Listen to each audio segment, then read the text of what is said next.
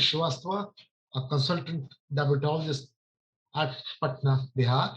Currently, I'm the chairperson of Bihar chapter of RSSDI, and I've been involved in academics and in the field of dermatology for the last 30 years. So today, of course, we are going to talk about hypertension and what are the new things, what are the updates, because we all know hypertension is a pretty old disease.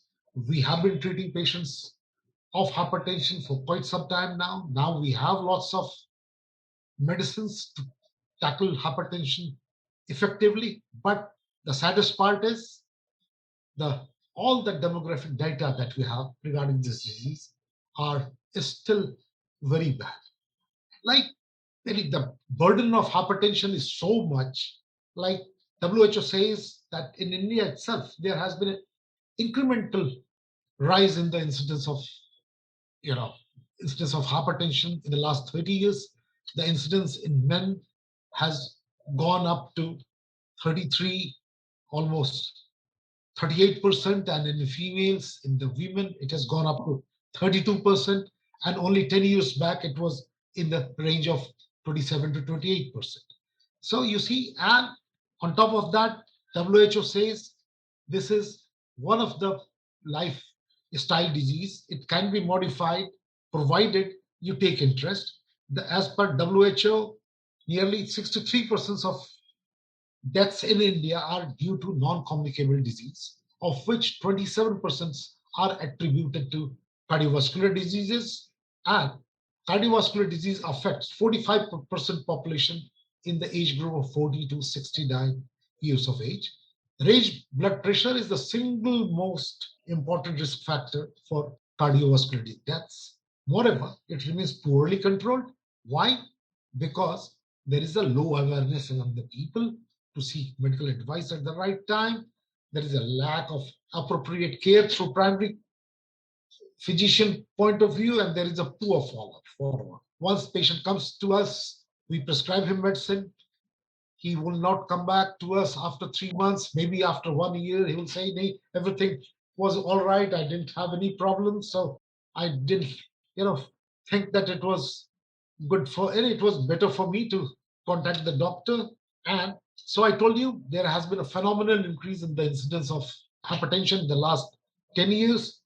Of all the people who are detected, found to be hypertensive, only around half of them are on the medical treatment. Only half of them. And probably 51% of the total population is hypertensive, of which only half of them, 62% of the men and more than 53% of the females, are living with hypertension who didn't seek medical treatment. So you see, 63% of the men, knowing that they have hypertension, they didn't visit their doctors, didn't get themselves treated. And those who were on the treatment, the figure is still very bad. Those who were on treatment, only 1 in 5 men and 1 in 4 females had their hypertension under control. So you see, out of 100 person who is effectively hypertensive, only 20 females and something like 18 men are there who have their hypertension under control. International society. So there are lots of why this happens, because they all the scientists, all the clinicians, they try to find out. They're still trying to find out why. Why is this discrepancy is there? Drugs are there, physicians are there. There has been, healthcare has improved everything, but why? Why this 80% of the patients of hypertension are still not having optimal blood pressure? So, International Society of Hypertension has released a 2020 Global Hypertension Practice Guidelines. There they says maybe there is a, sir, we cannot provide the ideal, what is called optimal, you know, treatment paradigms to everyone. So they said, like with optimal, we should have an essential treatment paradigm also. which addresses to the issue that in resource poor settings, what can be done?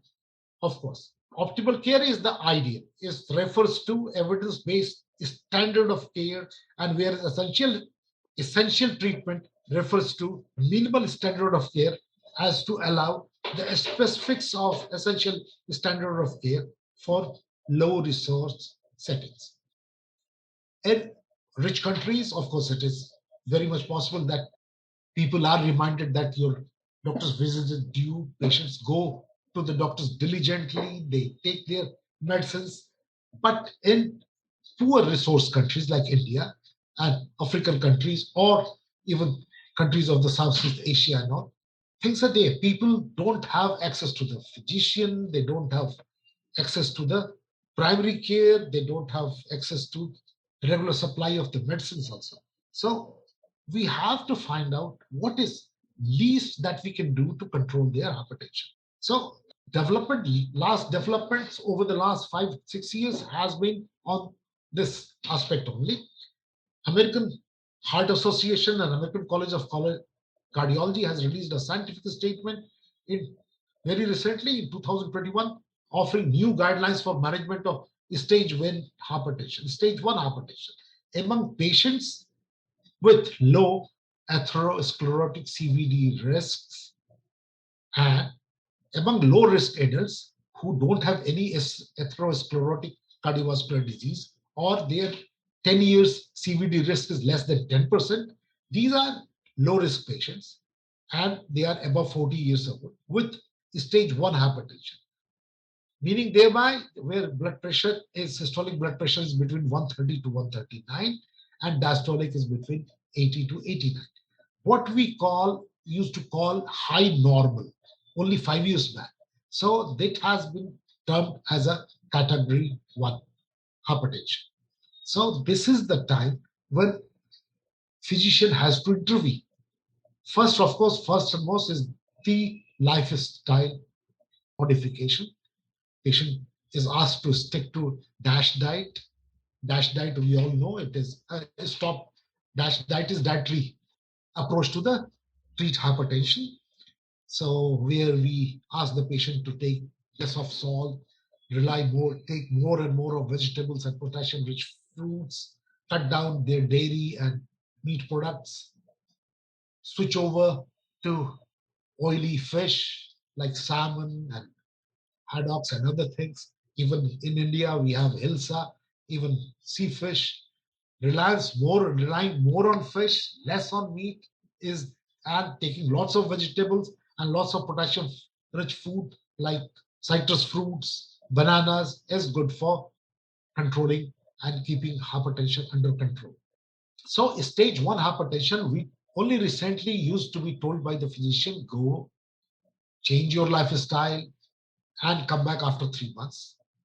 Now things are there. Even in this low risk also, we have to be very low risk group also, we have to be very careful, and we should be very pointedly, we must tell the patient that you must take care of yourself and come back after 3 months. If his BP is still hovering in the same range, systolic between 130 to 139, diastolic between 80 to 89, and if the patient has not been controlled by lifestyle modification, he should be given a medicine. The pharmacological therapy should start then and there. We cannot afford to wait for any. So these are the recent advances that has taken place. Drugs are the same, but our approach to the disease is changing. So thank you for the patience hearing.